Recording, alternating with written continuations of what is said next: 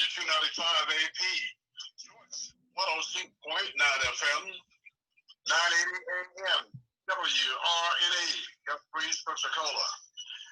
World Wide Web at www.wrna980.com. Time now for Got the Power with your host, Omar and Neal, live. Well, thank you, Bob, and welcome again to the You Got the Power show, where there's a saying that says, if you don't understand racism, then anything else you think you understand will only serve to confuse you. Well, today we're going to talk about racism in the context of all that's happening around the world. As you know, with George Floyd being killed just a few days ago now, but it seems like an eternity, before the world, maybe now, this issue of race and racism can be fully developed in terms of our conversation. We've had a hesitation to talk about it really, other than in polite company where we feel comfortable. Now it's out in the open. Maybe now, this is that watershed moment. Maybe now it's that tipping point that can allow us to have an honest conversation about racism and its impact on the human experience. I have an absolute incredible lineup in terms of my guests today. I'm going to be talking with Dr. Neal Large. She is the Student Circle co-advisor for ABPSI, that's the Association of Black Psychologists. I also have Dr. Donnell Barnett, who is the president-elect for ABPSI, as well as I have B.K. Fulton, who is the chairman and CEO of Soulidifly Productions. And we're going to talk about a new film he got coming out this Friday. I can't wait to tell you, but I want to wait on that. Welcome each of you to the You Got the Power show. Thank you. Thank you. Let me start with you, Dr. Barnett. You know, one, congratulations on becoming president-elect of ABPSI. That's an incredible organization, and you came in right in the nick of time. Now look at how you come in. You know, let's talk a little bit about racism. You know, it's as if racism was discovered this last week for many people. In the conversations, like, I didn't know it was that bad. Now, you know, I talk with other people that say, you know, I've never seen it like this. Well, I said, what happened with all of the other people, to Tamir Rice? What happened with Eric Garner? What happened with Mike Brown? I mean, what happened to even Ahmaud Arbery that just happened? I mean, did you not see those things? It's as if people, it's just not resonating with them, that maybe we got a problem with police and police misconduct.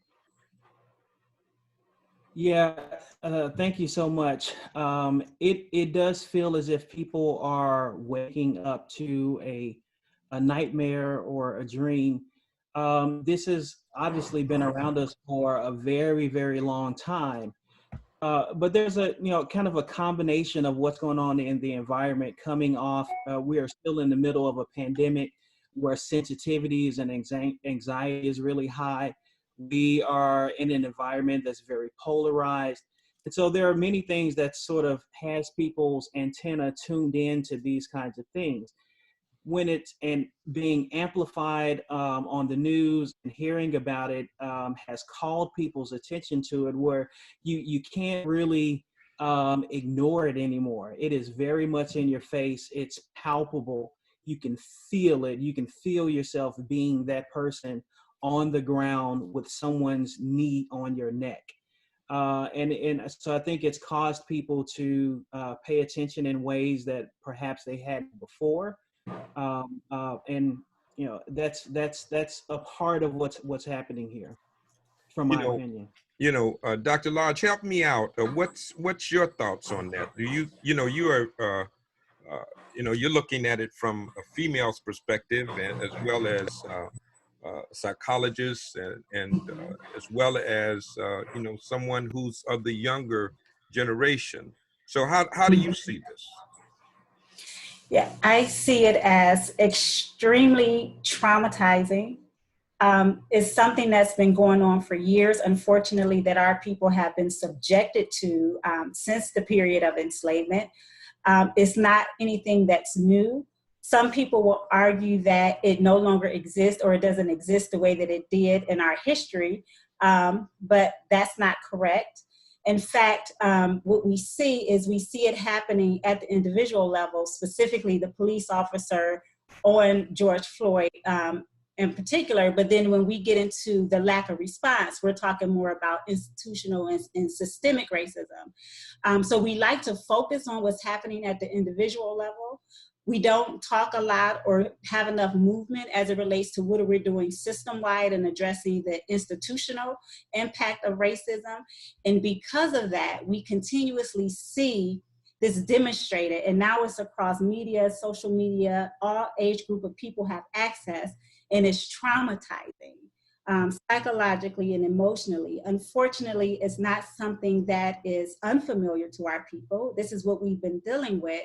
I am happy and hopeful that it's being highlighted in a way that more people are talking about it. But again, if we're not addressing the system and it at the institutional level, then we're going to continue to see this impact on our community. Good.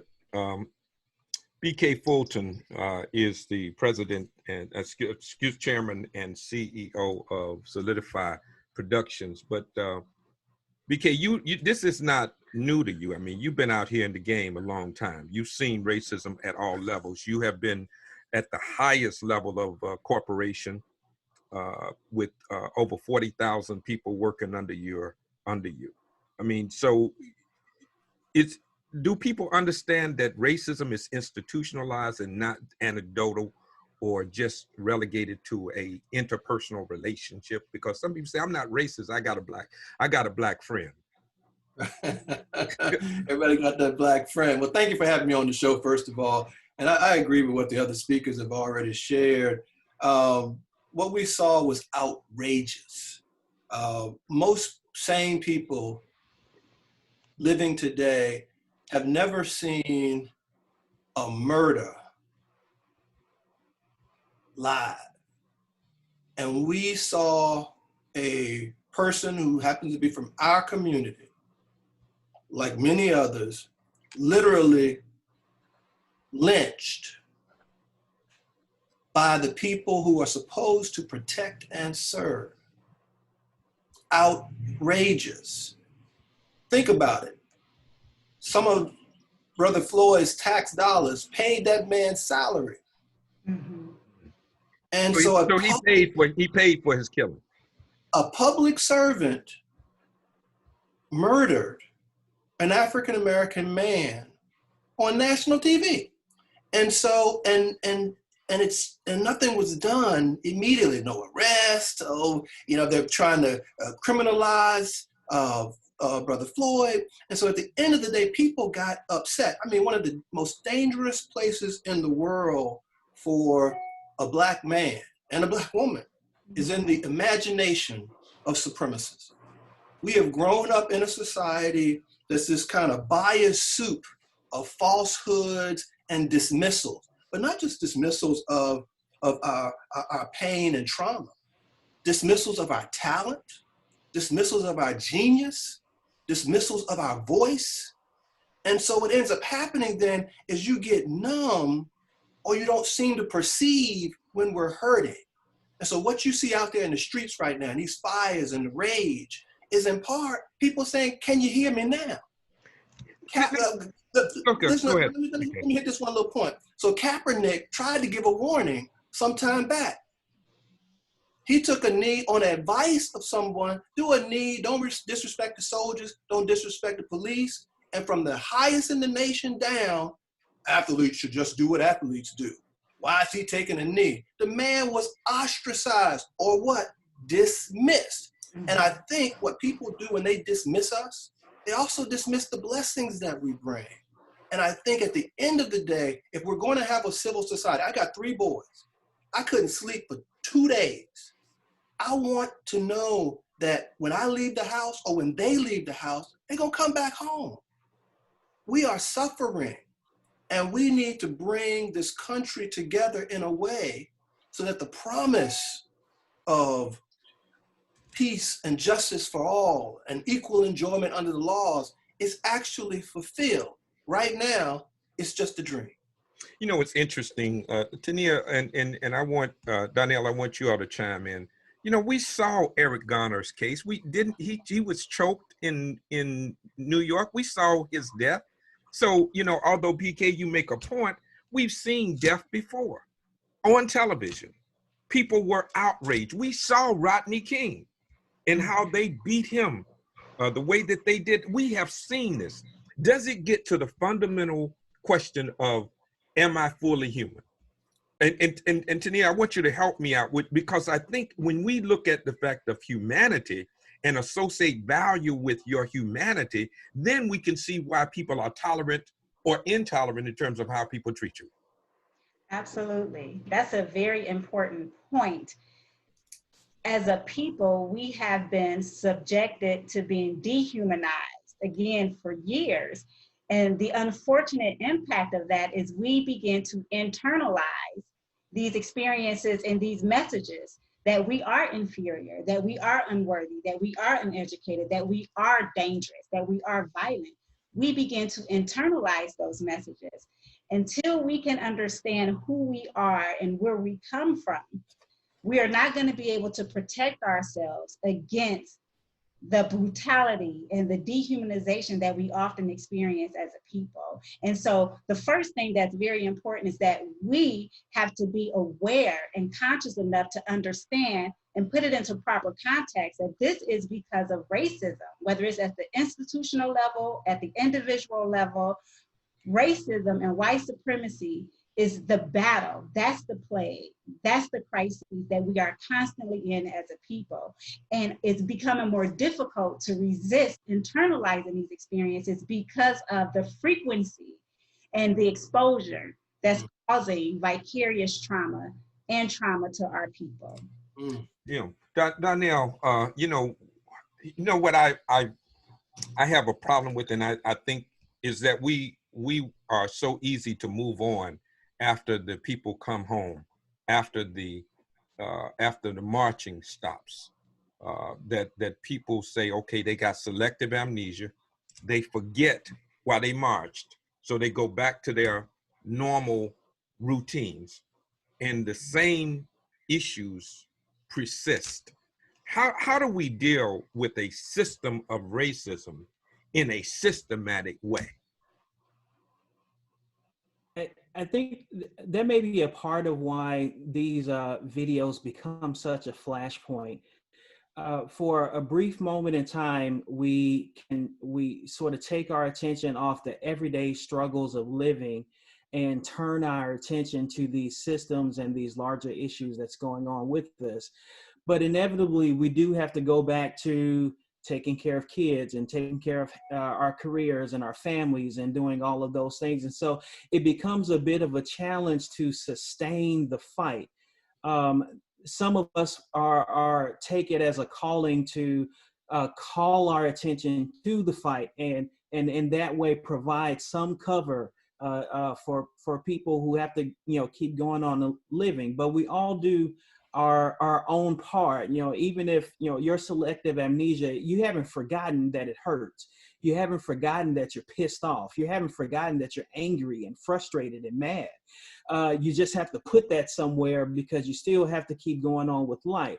And so we begin to think about how do we organize around a way that, those who can be on the front line to continue carrying on the good fight on behalf of folks, but even folks who are still living their day-to-day life, they carve out a small part for themselves where they can fight in whatever way, in whatever capacity that they can. So it's about sort of appreciating that we all still have to live life, but we work in different ways. And in so doing, we all provide cover for each other. We love on each other. We Zola up on each other. BK, when we're talking about something as deep as seeing a murder, like you said, on television, that hits us at our core. If you are even a human being, it should do something to your spirit. But part of this is that white people don't understand what Black people go through walking around in black skin. White privilege has been normalized. And so they don't, it's as if it's like breathing. I don't understand why you feel the way you feel. I mean, you are very successful. And I mentioned it earlier, and I want to make a point. You're a very successful Black man who's afraid for your 3 Black boys, 3 Black young men. How do you get white people to understand, who have been accustomed to and indoctrinated and inculcated in this notion of white privilege, to understand your plight and the plight of your sons and our people? You know, Omar, it is a hard thing to do, but we don't have the luxury of not trying. And so one of the things that we do is we respond with our authentic voice. So I was able to create, after I retired from running the Mid-Atlantic region for Verizon, I started a production company. And so I decided to write books. I decided to make movies. I decided to create a television network. And we're putting out films, we're putting out media from an achievement narrative. Because as you heard the other guests say, our story isn't being told. And a lot of times we don't tell it to each other. And so if I want you to appreciate that I have something to offer, just first as a human being, but also as a person with dreams and aspirations who's willing to do the work to achieve, then I've got to pour into you examples where we've already done that. Most people cut on the light switch in the morning and don't realize that it was an African American man that invented the filament that allows the light bulb to burn. When people get on the subway in New York or other places with subways, and they don't know that the third rail that powers the subway was invented by Granville T. Woods, a brother, sold a patent to General Electric in 1901.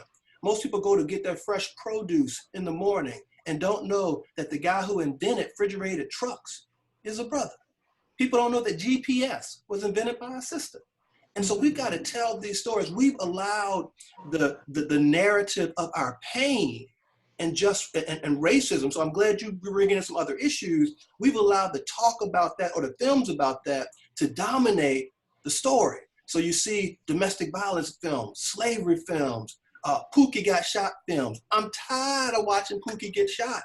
We need to also tell these stories of our accomplishments and our achievements, open heart surgery, blood plasma. I could run down the list of things that represent the contributions of people that have been kissed by the sun. And so we have to do that work. And the other thing, getting away from that a little bit, we got to vote. And we got to go out and and become the elected officers, become the chief of police, become the mayor, become the president again.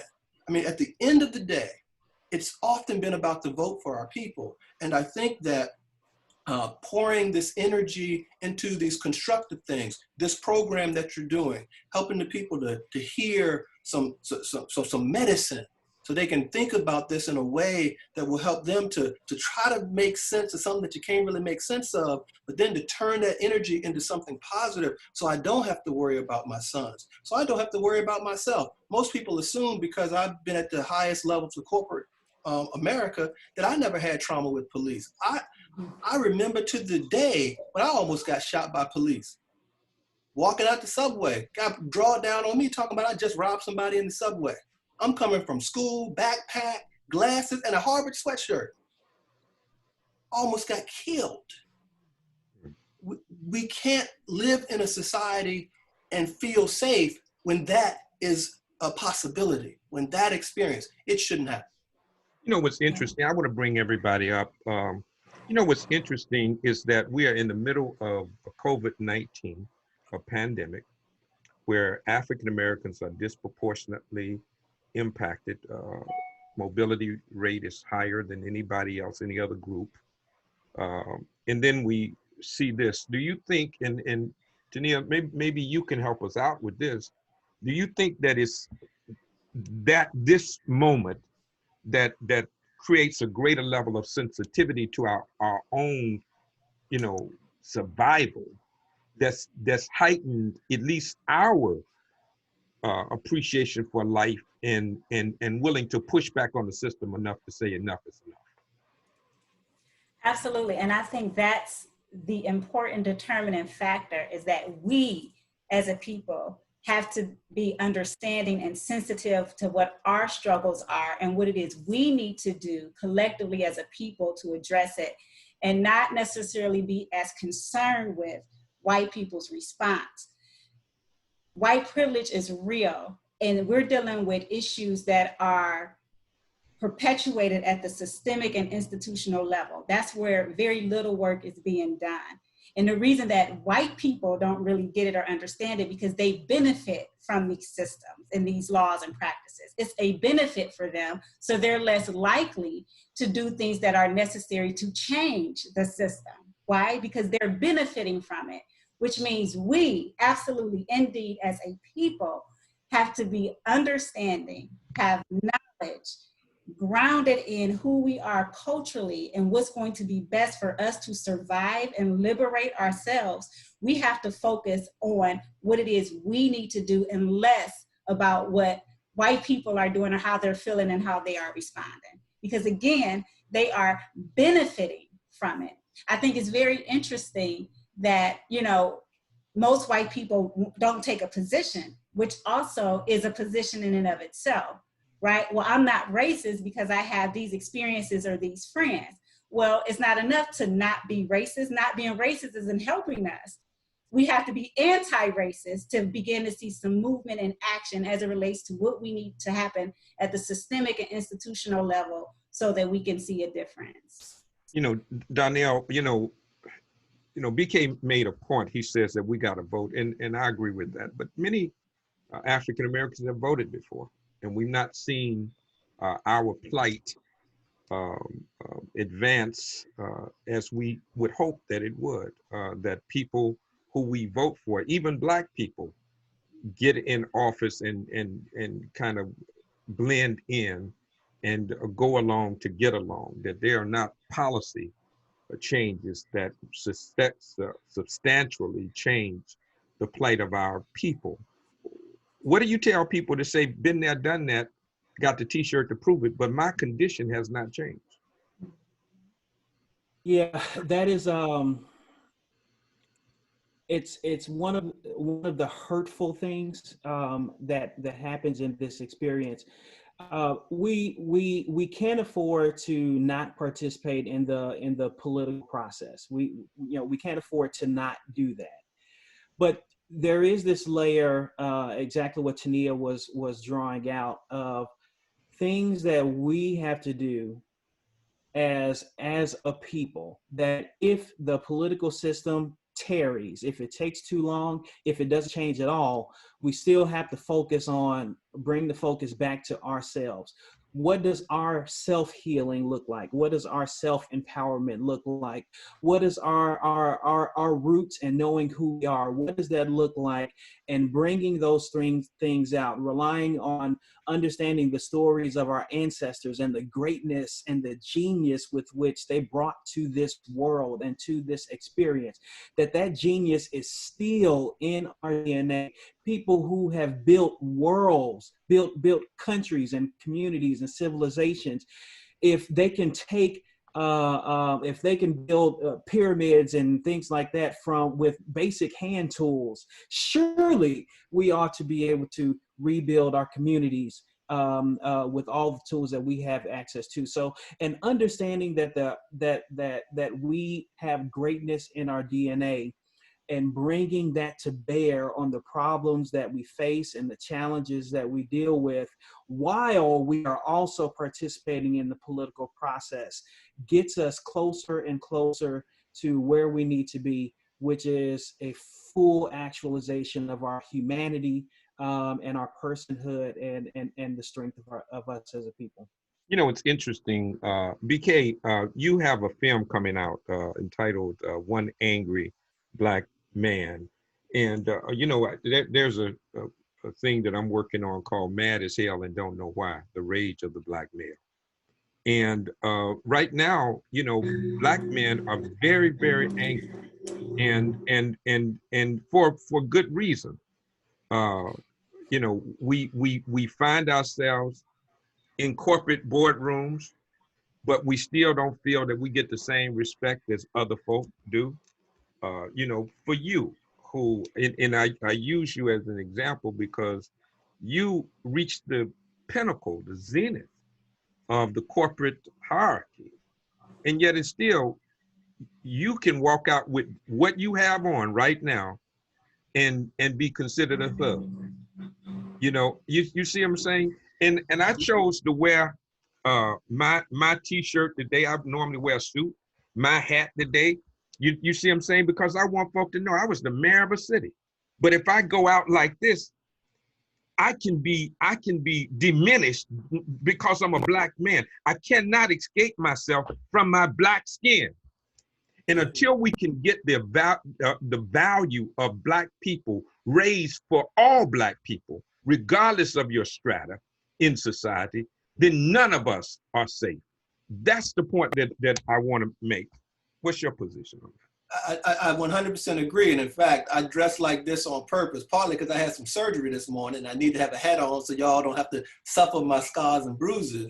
But also, it's exactly that. I don't want my community to decide who I am because of what their stereotype may believe that I am, especially when they see that brown skin or I'm not in a three-piece suit. I have value just because I have breath. I'm on the right side of the dirt today. And one of the things that the guest said that I really love is this idea, we're not new to this. And so on the one hand, when we have a trauma or a killing, God forbid, in our community, we have learned that we got to keep it moving to survive. And so so that resilience and tenacity of our ancestors from the Middle Passage coming forward to today is also a part of us. So imagine back when the soldiers were returning from World War I and had fought for the country overseas and came back home to murders, lynchings. I mean, this is the anniversary, 99th anniversary of the Tulsa race riots. 1921, the worst race riot in the country. They destroyed Black Wall Street, first American city to be bombed from the air because folk were so upset about this affluence of people of color. And then so recently, one of the last survivors passed, but they had an interview with her before she passed. Said, "What do you want people to remember?" You know what she said? Not that we fought, not that we got a few, and they got some of us, but that we rebuilt. And that is that message of resilience and tenacity. Our people are the LeBron James, Michael Jordan, Steph Curry, Larry Bird, everybody combined of resilience and tenacity. We are a beautiful people. And I mentioned earlier, when we get dismissed, the world misses out on our gifts. But we are giving people. We have always built. We've built so many different societies. We contribute. I mean, when the brother who invented blood plasma died, he died because he got in a car accident close to a white hospital and they wouldn't give him his own invention. I mean, it's a sadness. It's a sadness. It's like today we look up at the sky and are choosing to see half the sky. Nobody knows where the cure for ALS is coming from, or the cure for cancer is coming from, or the cure for Alzheimer's is coming from. I promise you, it's out here in the world, and it's probably in a sister or in a little brown boy. So we've got to invest in everybody and cultivate everybody. And we have to learn to treat each other better like our ancestors did. They said, "Baby, that's okay." I mean, here's some Arthur Ashe. Start where you are, use what you have, and do what you can. Those 3 little steps get you to the next step. And as long as you're on this side of glory, you do what you're supposed to do. Let me say one more thing. I was at a forum with Ida B. Wells' granddaughter, and people asked her, why did your grandmama risk her life to go and tell these stories of lynching of our people? You know what she said? Omar, this touches me right now. She said, "My grandmother told us that inside every person, no matter how foul, is at least one chord of decency. And if you strike that chord with truth, it will sound in righteousness and justice. And righteousness and justice. My faith tells me that. My faith tells me that. We are a faithful people. We've got to circle up, draw on that faith, draw on those lessons, and do the work that needs to be done. All of us get to have the life we're willing to work for. God blesses all of us to turn our dreams and ideas into their tangible equivalents. But you have to have the faith, be willing to do the work, and expect the outcome. All white folk ain't bad. All black folk ain't good. There's some folk out there that we're gonna have to deal with. A lot of folk need therapy. I might need some therapy. But at the end of the day, we are enough. And that's the message we gotta get to our young people. You are enough. People gonna call you out your name. People gonna put upon you. People gonna try to oppress you. That's the world we live in. You wanna make that world better? Start with yourself. Find somebody kind of like you. Start where you are. Use what you got. Do what you can. You know, Tania, you know, some people say that because of the demographic shift in America and the world, that people of color are, and we've always been the majority, but you know how they delineate and measure population, they always divide us in so many subgroups that they call the majority minority, and we have accepted that. But that's not even the point that I'm making. There are some people who feel that when we become the majority, then we will do to them what they did to us. And it's going to be retaliation against them for 400 years of mistreatment. And so therefore, that's where the fear lies, in not fully shifting the paradigm, not dealing with structural and institutional racism because of fear of retaliation. What do you tell white people who feel like that? That's very interesting. And again, I think by design, that's just a distraction to deal with the real issues. When you think about historically, prior to colonization, prior to enslavement, who we were as a people, that wasn't our nature. Working collectively, relying on interpersonal relationships, having cooperative economics, working in united unison, being together is the nature of our people. That was the spirit of our ancestors. And so wherever we are, whether we are considered the majority or the minority, I like to believe that we will stay true to who we are as a people. And if we rely on who we were prior to colonization, prior to enslavement, and the multiple historical injuries we have had, if we can get back to who we were during ancient African history, then again, I would hope, and I believe in, that we will be who we naturally are. And we're not naturally violent. We are not naturally competitive or have this individualistic spirit. It's not who we are. It's been imposed on us. And unfortunately, we have learned those unhealthy behaviors. And so I would like to think that we will go back to who we were prior to having this dominant type of worldview and response pattern to who we've been subjected to.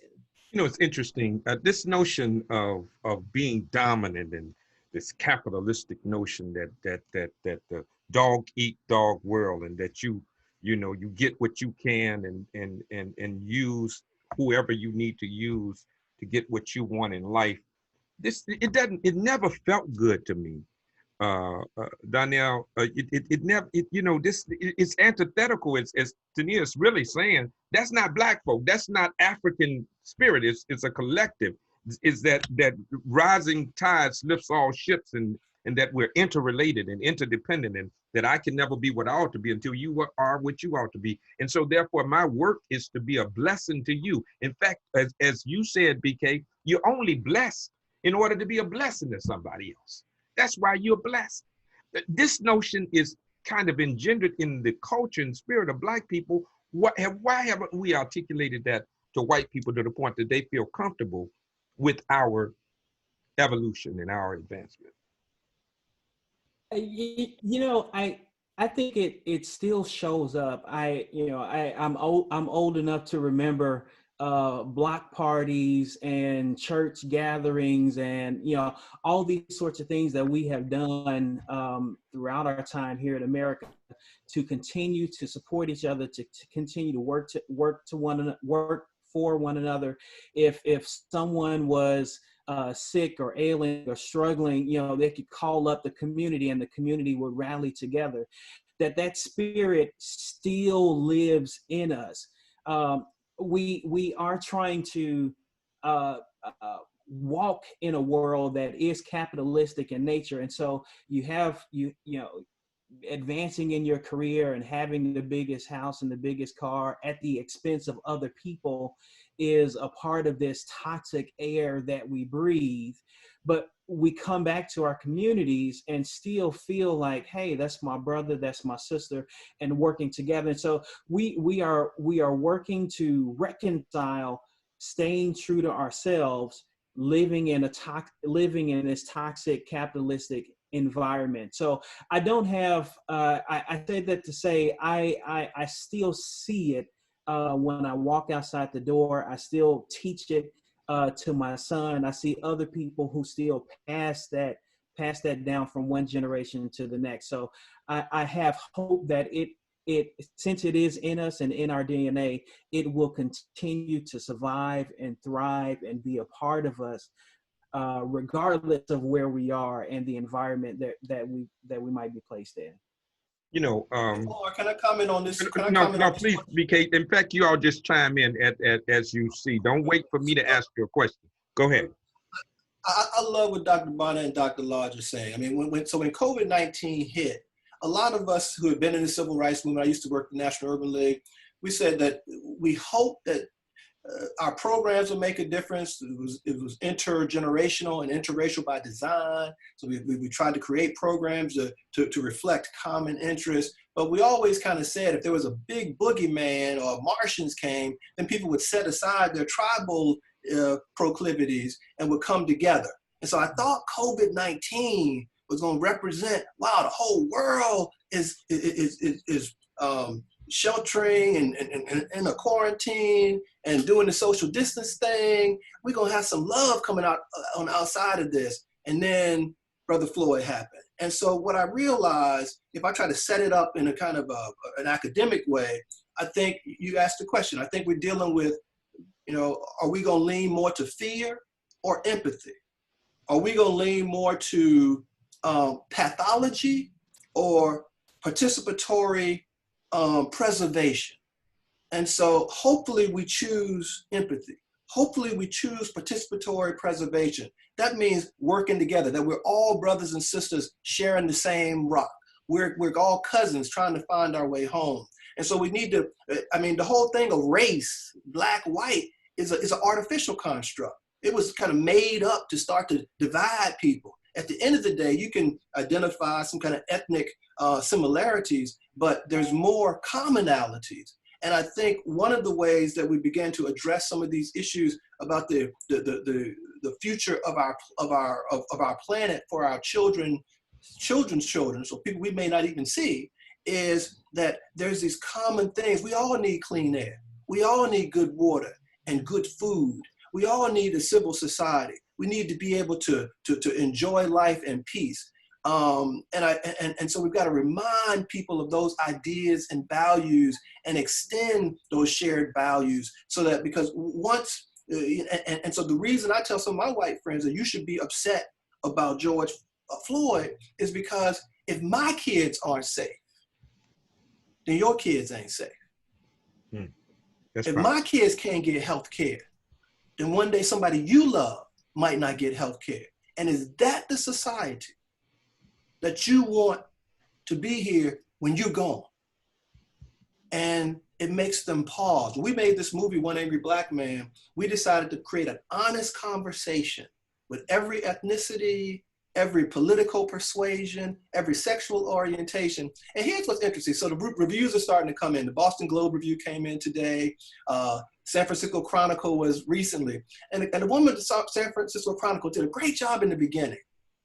And then at the end, she said they powerfully introduced a number of issues, but the first time director didn't quite seem to know what to do with all the issues. So I didn't like the ending. And but the film is worth watching. And she gave it a watch rating. And so I laughed at that a little bit because I was like, she's dismissing. She don't understand. Here's what she didn't understand. At the end of the film, each character is giving their reflections, what they've learned in this wonderful Black literature class. And the hero, his answer is a surprise. What she wanted was for him to say something like the other folks did. Instead, he gave the surprise. And so she dismissed the director as not knowing to do with all this power that we built up in the film. And it's funny to me, we gave all kind of breadcrumbs as to what was going on. We said even, I can't breathe. We said even, have you ever walked in my shoes? We were trying to teach them the final lesson, empathy. Empathy, because if you dismiss and you don't appreciate that the writer-director is a professor of English and a film teacher. You dismiss that the cinematographer was nominated for an Oscar with Ava DuVernay for The 13th. You dismiss that the executive producer and financier of the film is a JD, engineer, and a manager of a Fortune 50 company and runs 7 companies. You dismiss that the other executive producer started 40 Acres and a Mule with Spike Lee and produced all its first 9 films up to Malcolm X. So we don't know what we're doing. Lady, please sit down. But at the end of the day, because she's got privilege and got that pen and that paper, she can dismiss all of that's in there. Didn't know what they were doing. No, you don't know who we are because you and that is the rub, because you easily dismiss us. And too often that happens. So when a cop walks up to the car, he walk up gun drawn if he's brown skinned, if it's you or me looking like this. When he walk up on and go into someone's home in the hood, they got guns drawn. When they come out the subway and a brother's just coming home from school, me at 23, he got the gun drawn. And so it's that fear. And we've got to figure out how to disarm that, and it's going to take some work, because we do need to work on our brothers, white brothers and sisters, others, because we live in a society with them. But I think the first line of defense is to make sure that we okay. Thanks, BK, for sharing that with me. Neal, I was talking with Dr. Jackson just last week. She was on, and she said something that was profound. I had Dr. Talopia Jackson, and then I had Baba Nobles one, right? And so, we had this conversation. She said the first work we got to do is we need to heal thine own self, right?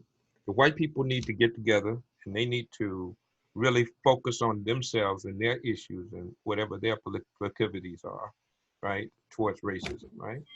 But we got to deal with our own selves. Because I interviewed Rosa Parks many years ago.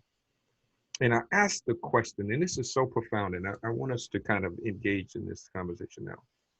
I asked the question, why did they boycott the buses? And I thought it was a rhetorical question.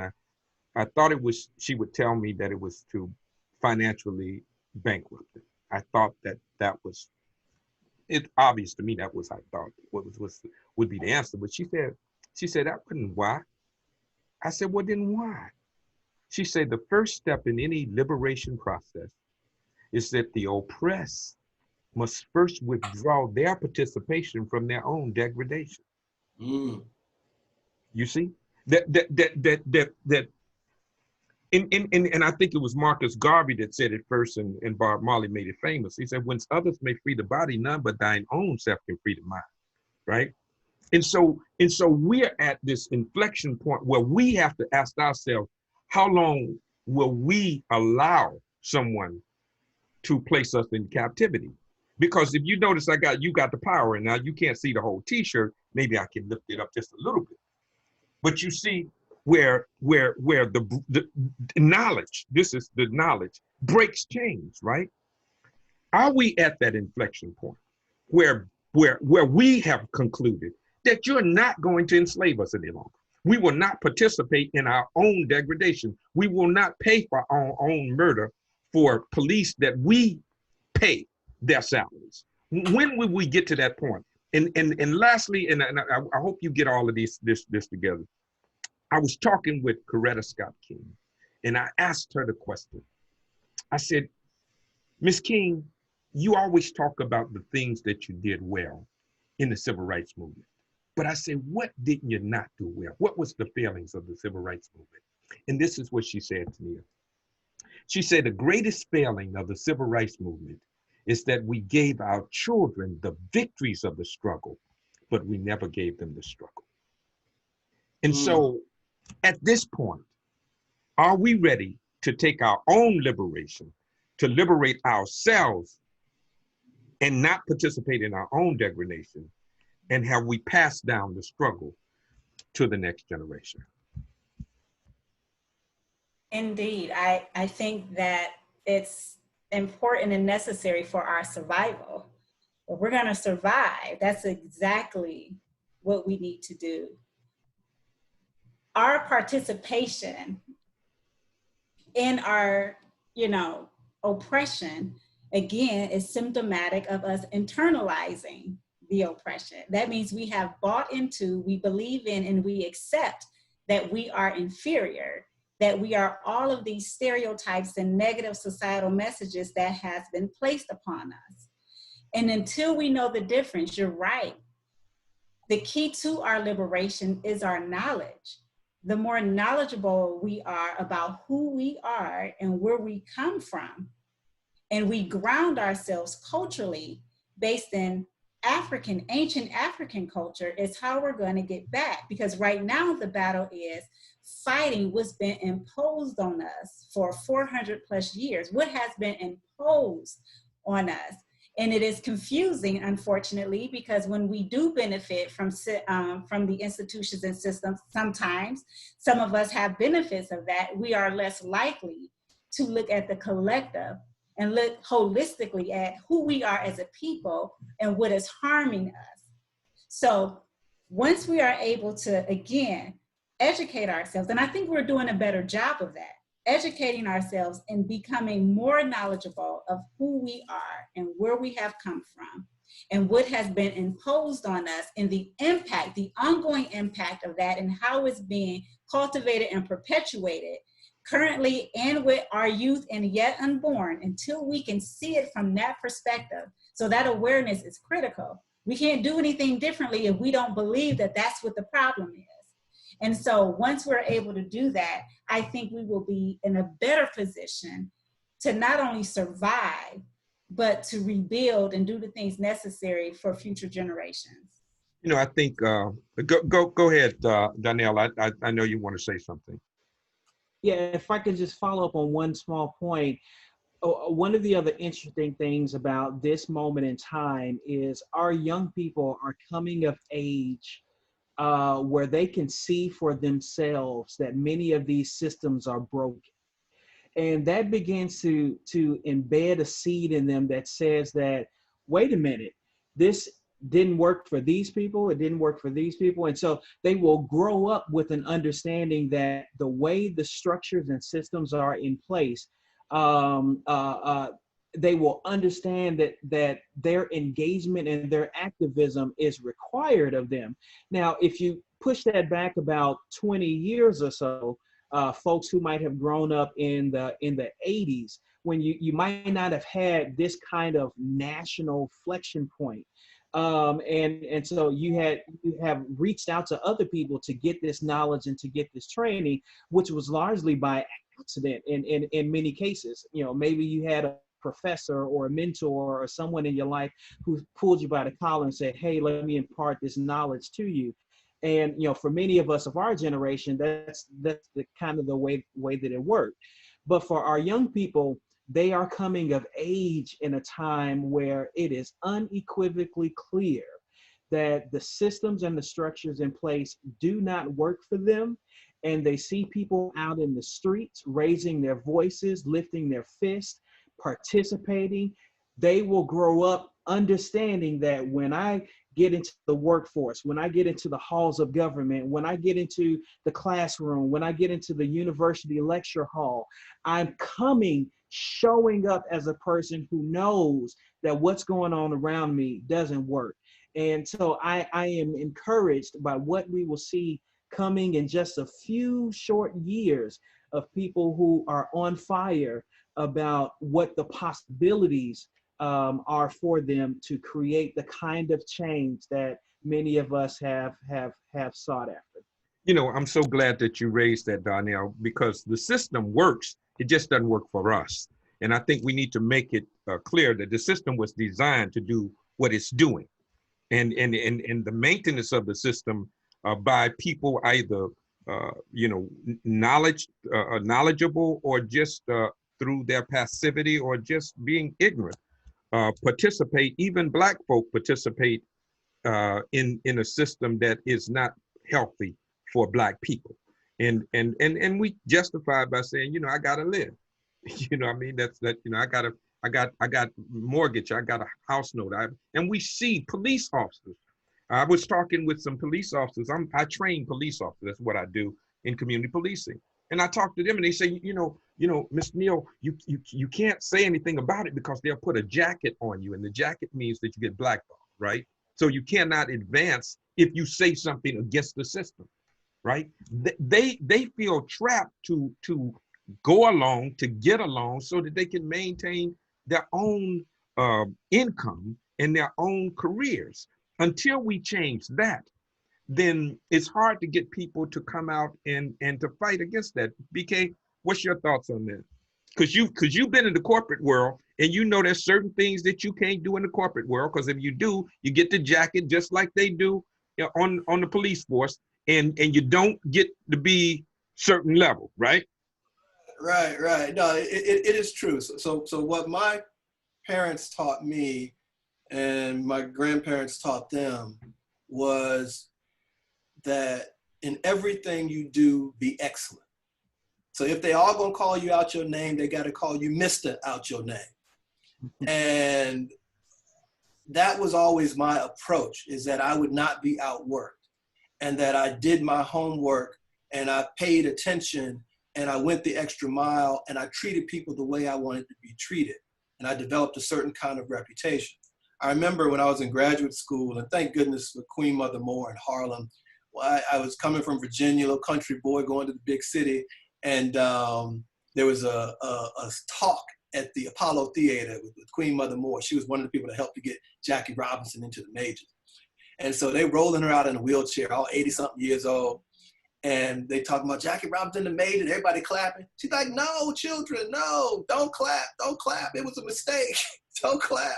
And people like, huh? Jackie Robinson maid is a mistake? What's she talking about?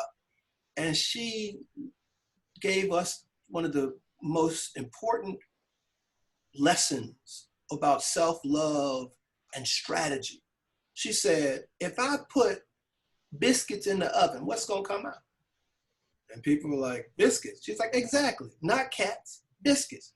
We knew we could play ball. We had our own leagues that were doing well. We knew we were as good and better than a lot of them. But instead, we tore up our leagues to put them somewhere to prove that we could play with them. And some people at the time thought that was good, and it had some benefits. But here's what we lost. The bus companies, they got the guys to the games. The hotels where they stayed with dignity and respect. Even the Peanut Man had a job when we had our own stadiums and things. And so what we should have done is tried to get the whole team into the league, so that we are not destroying what is good about what we have and what we've built, but instead we are entering into the next phase of professionalism or expertise, because it's a game on a broader stage. And so it was a very important lesson for a young, impressionable man who was bent on trying to be a credit to his race. And I appreciate that. I then came to Virginia, one of my first big corporate jobs, and I met Coretta Scott King. And it was after I'd done law school, and I thanked her for sharing her husband with the world. And there was a book I read about Dr. King where he said that he got up very early in the morning and studied, wrote from about 4 a.m. to 9. Anything he accomplished after 9 was extra gravy. And she would tell me, she's like, oh yeah, he got up early. And so to this day, I still get up early. So I'm retired, but I still work and get up. So people say, BK, why are you sending emails at 3 and 4 o'clock in the morning? And I said, I work while you sleep so I can live like you dream. And then they start to get it. At the end of the day, there's work to be done. I'm optimistic. There's the 4 of us. There's the people listening. We can organize and do and make change. They say if you want to go fast, you might have to run alone. But if you want to go far, run together. So we just need the willing.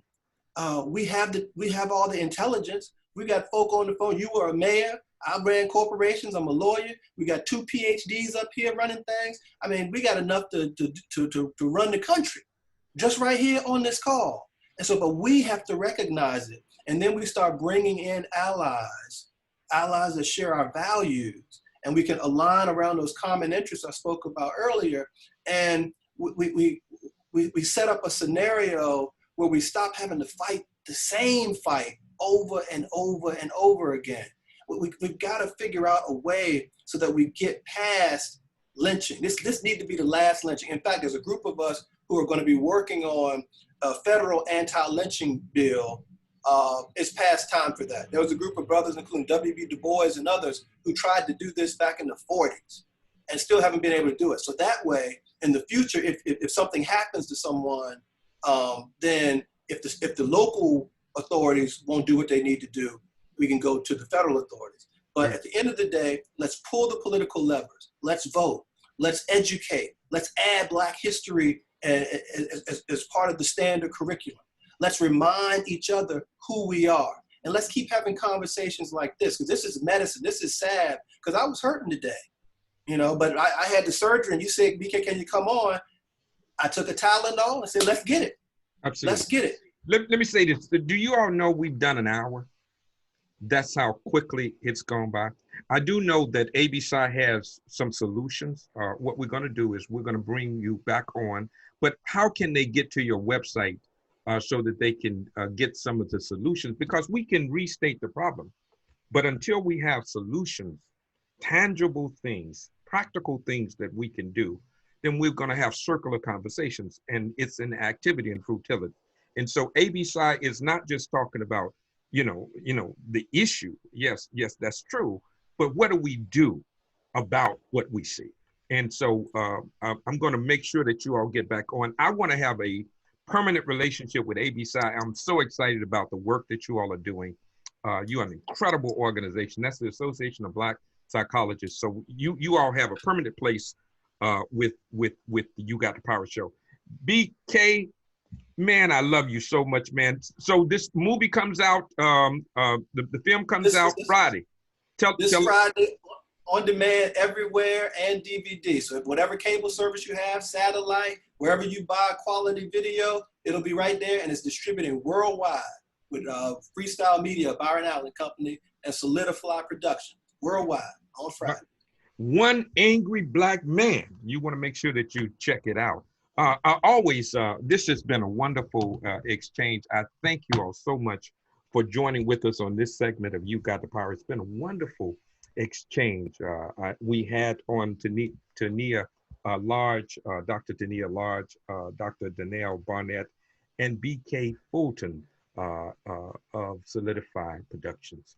As always, I'd like to thank you for joining with us on this segment of You Got the Power. You can support this program by sending your checks and money orders in care of You Got the Power at P.O. Box 146, Tuskegee, Alabama, 36087. Also, you can support us on Cash App as well as PayPal on our Facebook page, Omar Neal. As always, I'd like to leave you with these 2 words. Remember that I love you with a perfect love, but more importantly, remember this. You got the power. We'll see you next week, same time, same station. Have a wonderful day. Bye-bye. Blessings.